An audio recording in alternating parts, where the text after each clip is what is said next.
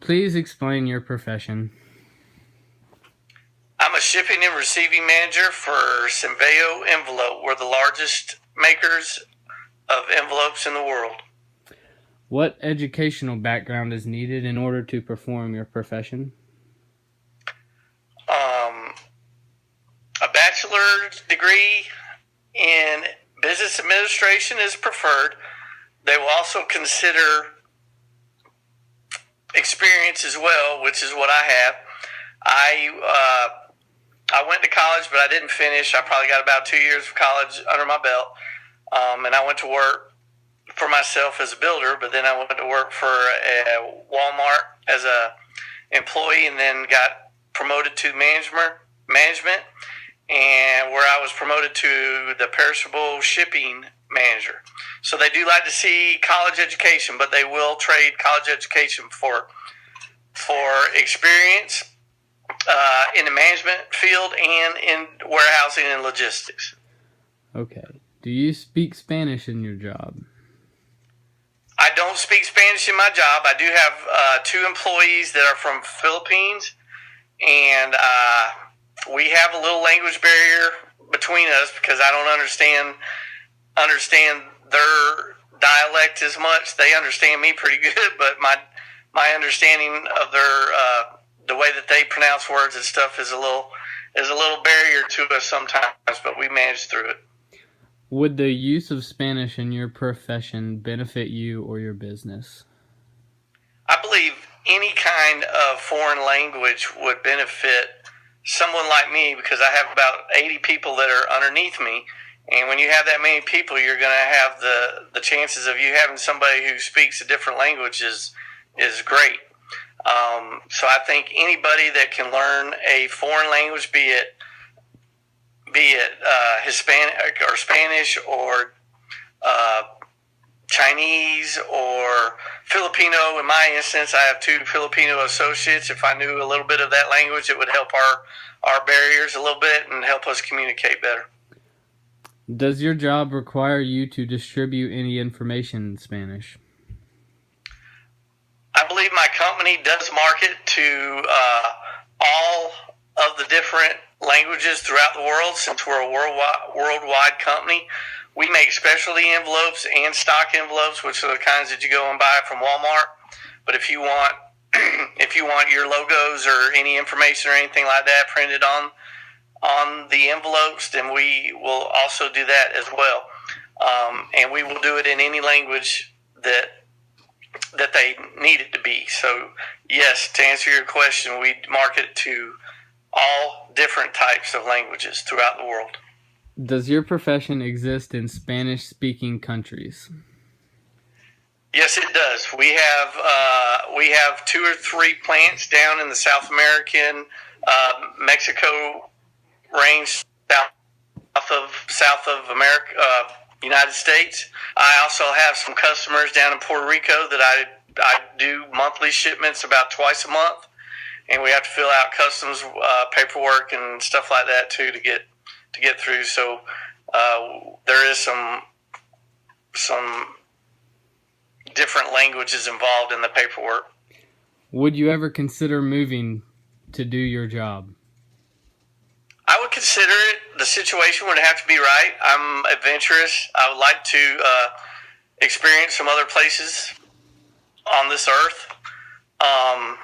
Of course, my family comes first, so we'd have to look at all the opportunities that were available and, pay scale and living arrangements and that sort of stuff. But, yeah, I'd be open to that. Well, I would never move to Mexico.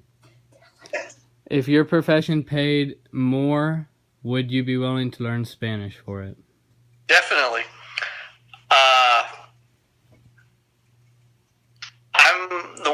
I'm one of those who feels like you've never learned enough. You're never done learning. If my company was willing to pay for my education to learn a different language, I would be more than willing to do it, especially if it paid more, of course. But really, just for the knowledge, I think the more that a person learns makes them a better person. Okay. Have you ever traveled outside the country? Very seldom. I've traveled to Canada and I've been to the Bahamas a couple of times, but other than that, that's as far as I've ventured outside of the United States. Did you have any encounters in which it would benefit you to speak another language? Definitely. When I did go up into Canada, a lot of the language up in Canada is French. And when I visited Bahamas and we got off the cruise ship and walked around on the islands, there was I'm not really sure exactly what the dialect is there, but I think anytime that you could learn a language and to communicate with people just makes you a better person. Okay. In your opinion, what holds people back from learning another language? I think it could scare them. Maybe they say they don't have time for it, or they're just not, willing to put the time into it. But that's the only thing I can think of. I myself, if I had an opportunity to learn at my job while I was working, or if they sent me to do it, I would jump at it. At what point do you feel that learning a new language is a priority? I believe in any business today that a foreign language, a different language other than English, would help be a better manager, for one thing, because there are so many different ethnics groups in America now and that work for companies that the language barrier is a huge obstacle, especially as a manager, and I need something done and I want it done a certain way. I need to be able to express that and communicate it where my associates understand it to the best of their ability, so they can accomplish that task. Did you take a foreign language in high school? I did. In high school I took Spanish and I also took German. What do you remember from the classes? I remember we had a lot of fun in the classes. We had a lot of cultural parties, not, just kind of trying to get you to understand how the different cultures were. But it was fun. Our projects were always ethnically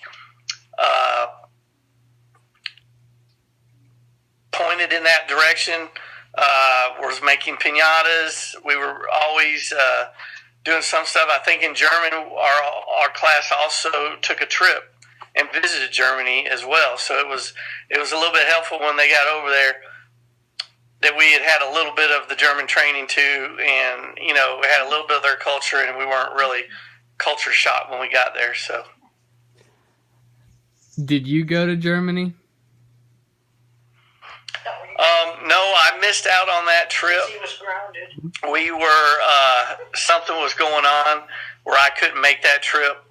I'm not sure if my parents' health. I think my parents' health was real bad then. I had to stay home with them. If you had to go back and take the class again, do you think you would approach it any differently? Well, of course. As we grow older, the things that we were exposed to in our teenage years become a lot more apparently important than when you guys are actually doing it now. So I would approach everything differently back in my educational years in high school. I would have taken everything a lot more seriously. I would have applied myself a lot harder and just challenged myself.